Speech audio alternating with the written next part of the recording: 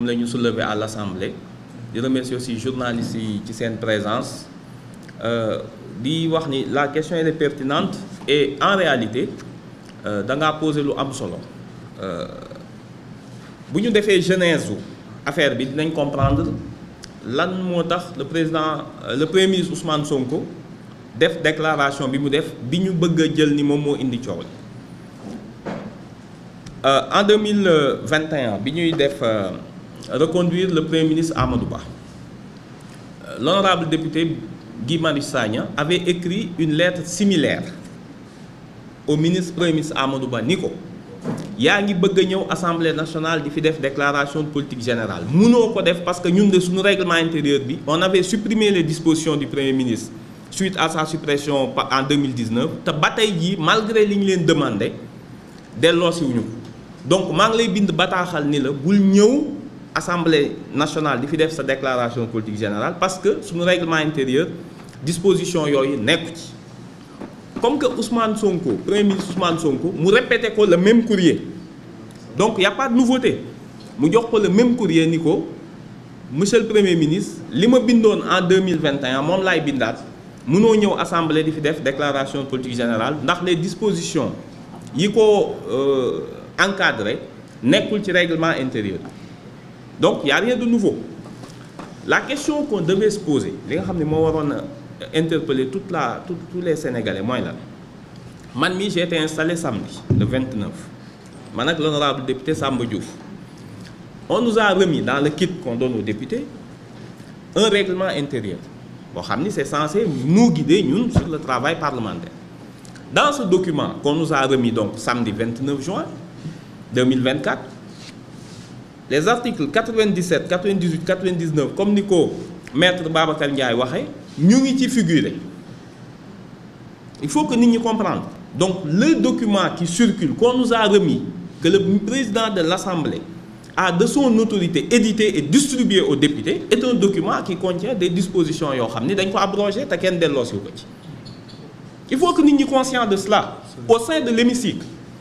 xam dañ ni la nul n'est censé ignorer la loi mais day fekk ni la loi ñu xam ko mu nekk la loi certaine ñu jox ma document boo xam ni dañ cee bind ni article 97 98 99 que premier ministre bu bëggee def déclaration de politique générale am na 3 mois pour def ko mais disposition boobu ñu bind ñoom nekkul ci loi normalement loi règlement intérieur bi parce que 2019 dañ koo supprimer woon te loi organique il faut ñu comprendre lan la ci constitution wax constitution dafa ni article 62 le règlement intérieur de l'Assemblée est une loi organique mu prévoiral ko benn article spécifique nga ñëw mu ne waat les lois qualifiées d'organique kenn mënu leen a adopter wala modifier sans la majorité absolue des voix de l'ensemble des députés composant l'Assemblée nationale mais mu teg ci ni ces lois organiques en cas d'adoption ou de modification doivent être obligatoirement soumises au contrôle du Conseil constitutionnel.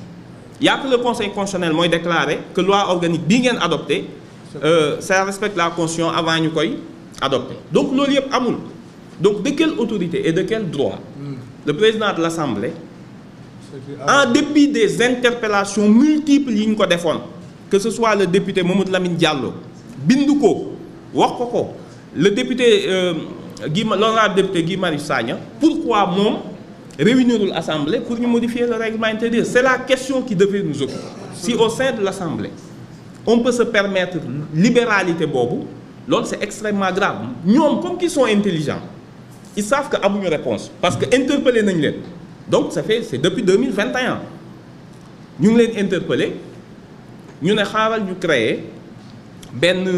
fausse histoire ni premier ministre da ngaa bañ parce que bëgguñu ñu duut baaraam ci li nga xam ni moo posé problème qui est que l'Assemblée dañ ko bëgg a fonctionner loo avec du faux nga inviter le premier ministre ni ko parce que les conséquences am na premier ministre lu muy ragal ci déclaration de politique générale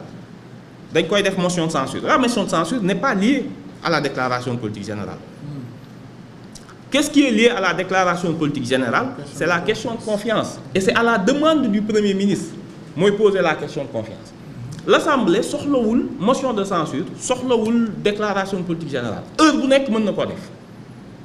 heure bu nekk mën na ko def session bi dañ ni ko benn yoon nga ko mën a def durant une session mënoo leen ko def 2 fois loolu la constitution bi wax. Pourquoi le règlement intérieur est important gis nga constitution dafa ni benn yoon ngeen mën ci session exercer une motion de censure benn yoon mais bu dee groupe bi ko def beneen groupe bëgg koo def comment ça va se passer moo tax règlement intérieur mooy leeral moo ni les signataires ñi signé woon la motion de censure yéen mënatu leen signer durant la session mais ñeneen mën nañoo signer et cette précision elle est importante. Absolument. Donc ku ñëw règlement intérieur amul njëriñ bu ci nekkul bind nañ ko ci constitution bi ñëwal def premier ministre daal ni man la séparation de pouvoir du ma ko foowe ay temps ñëpp xam nañ ni déclaration politique générale jusqu'à ñu koy dugal en 2002 c'était une faculté coutume la bu ñuy ñëw di def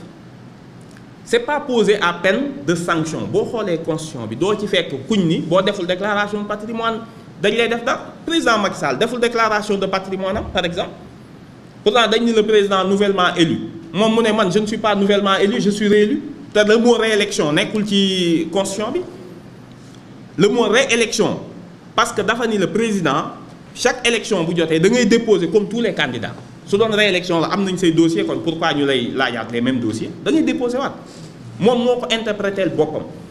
En tout état de cause ce qui est important mooy ñu xam ni dañoo am régime boo xam ni dafa ni jubal jubbanti ñu woo ko ci faux mu ne leen du ma dem crise bi mooy lan quelle est la crise institutionnelle bi ñu bëgg a créer ñoom nga ñëw def sa déclaration de patrimoine 2 jours 3 jours après ñu def la motion de censure motion bi jàll alors que motion bi nekkatul ci règlement intérieur léegi qu'est-ce qui va se passer le gouvernement il tombe pas bu leen neexee ñu ne ñun ñoo lànk te loolu foog ngeen comprendre ni conseil constitutionnel mënu ko régler dans les dispositions actuelles les conditions d'une motion de censure kan ngay saisir le conseil constitutionnel à quel titre ñii li ñu bëgg mooy rendre le pays ingouvernable ils ont besoin de cette crise pour se maintenir parce que ñoom le choix qu'ils ont la stratégie elle est claire ñëpp xam nañ ko ils veulent rester jusqu'en 2027 la fin de leur mandat ñu ne l'idée sous-jacente bi ñu wax mooy gis dégg nga leen on va initier une révision constitutionnelle pour supprimer les dispositions relatives à la dissolution. Dans la philosophie constitutionnelle quand il y a une élection au suffrage universel ñu def le quinquennat yéen par élégance les 3 mois qui vous restent vous ne pouvez pas bouleverser l'économie générale du régime politique parce que boo dindee dissolution qu'est-ce qu'ils veulent dindi dissolution obliger le président mu jël un référendum ñu dépenser ci 10-12 milliards temps boobu yëpp kenn du liggéey c'est ça le but ils sont dans la petite politique entretenus par des gens yoo xam ni ils se rendent pas compte di banaliser qu'est-ce qui s'est passé loolu encore c'est plus grave que la circulation de ce règlement intérieur frauduleux mooy l'article 56 de la loi organique sur les lois de finances daal ni vous devez organiser un débat d'orientation budgétaire le président souverainement convoqué ba ñëpp ñëw député yëpp ñëw le jour même le ministre est venu mu décider à l'heure de l'ouverture de l'examen mu ne bon finalement le premier ministre Ousmane Sonko dañoo xas ci Facebook j'annule il faut ngeen comprendre la gravité il faut que les journalistes aussi aident les populations ñu comprendre ce qui est en train de se jouer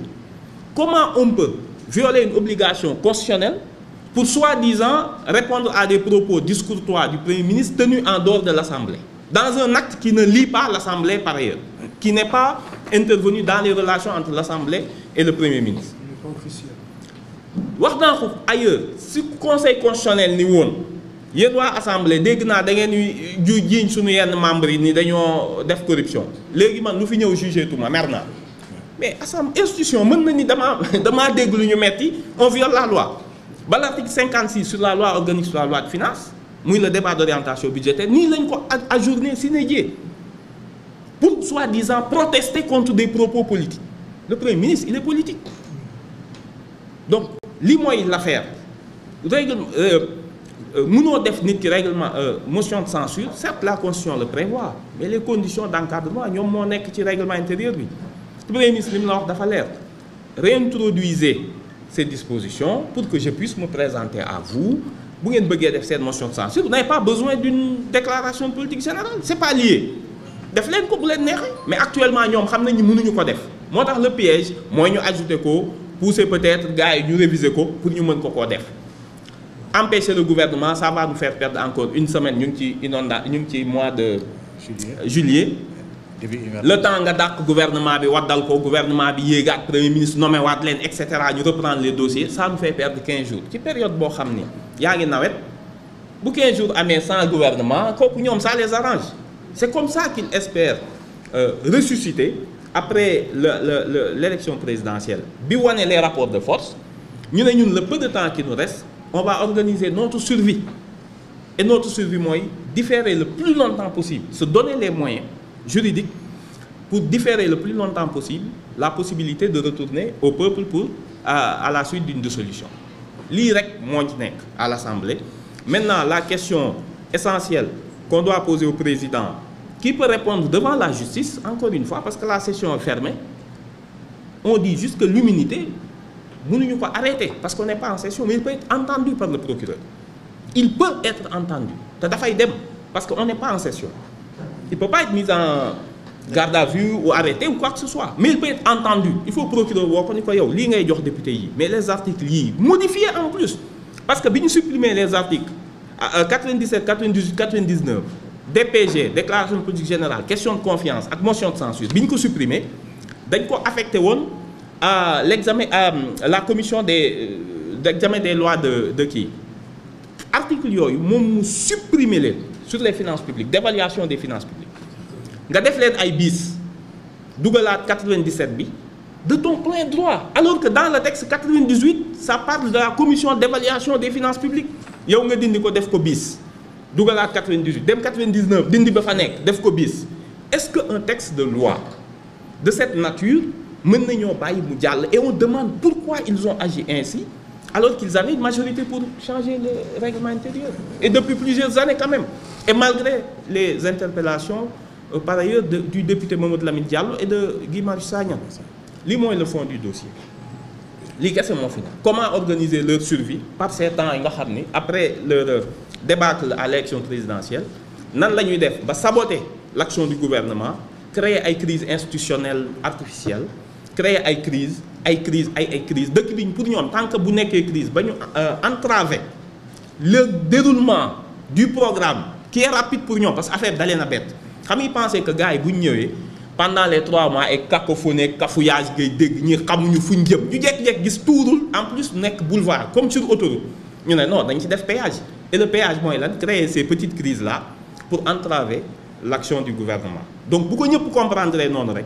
yii ñu nar a jël ay jéego tey jii ils disent oui nañ leen ñëw ñu defaraat règlement intérieur mais li ñu ci jublu mooy am le moyen de dissoudre de provoquer une motion de censure et par la suite mën a initier une soi-disant hypothétique révision constitutionnelle pour que durant les 3 prochains mois avant la date d'anniversaire de leur dissolution permettant la dissolution dëkk bi nekk dans une situation de crise obligé ñu nga def ay référendum et cetera dépenser xaalis ak surtout du temps